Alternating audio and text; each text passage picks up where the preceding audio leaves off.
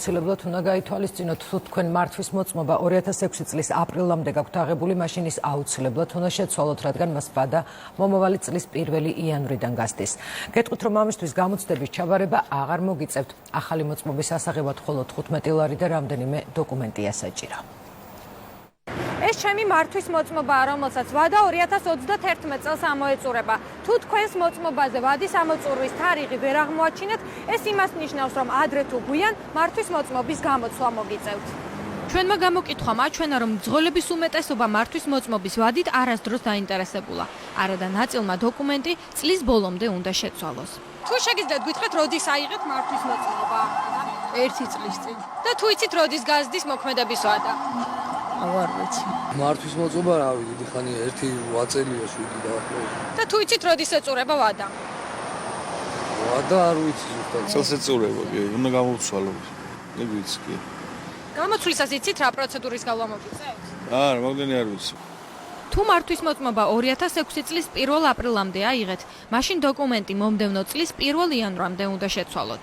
შინაგან საქმეთა სამინისტროს მომსახურების სააგენტოში გვეუბნებიან, რომ ამისთვის გამოცდის ხელახლა ჩაბარება საჭირო არ იქნება. მართვის მოწმობის შეცვლა ხდება მარტივი წესით, პიროვნება წარმოადგენს თავის მართვის მოწმობას, პირადობის მოწმობას, გადაიხდის საფასურს, მართვის მოწმობის შეცვლის საფასურს, რომელიც შეადგენს 15 ლარს და ასევე ჯანმრთელობის მდგომარეობის შესახებ ცნობას. და ამ დოკუმენტაციის წარმოდგენის შემდეგ იგი მიიღებს უკვე ახალ მართვის მოწმობას. გამოცდის ჩაბარება არ მოუწევს. არანაირი გამოცდის ჩაბარება, არანაირი დამატებითი პროცედურების გავლა არ მოუწევს. მართვის მოწმობის შეცვლა მომდევნო წლებში მოუწევთ მათაც, ვინც დოკუმენტი 2006 წლის 1 აპრილიდან 2014 წლის 1 მარტამდე აიღო.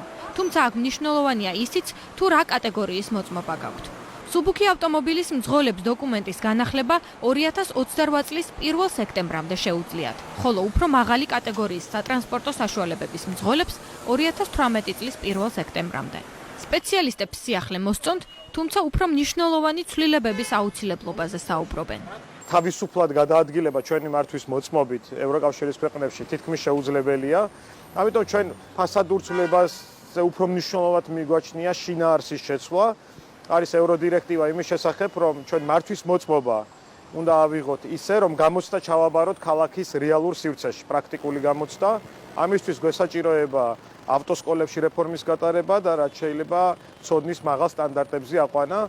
შინაგან საქმეთა სამინისტროს მომსახურების სააგენტო მძღოლებს ურჩევს, ნუ დაელოდებიან მართვის მოწმობის ვადის ამოწურვას. აქ ყველაფერი მზადაა იმისთვის, რომ ახალი დოკუმენტი მიიღოთ. საშიში საფეხბურთო მოედანი ვინ და რას აშენებს ზუგდიდში? აქ რამდენიმე წუთში რეკლამის შემდეგ.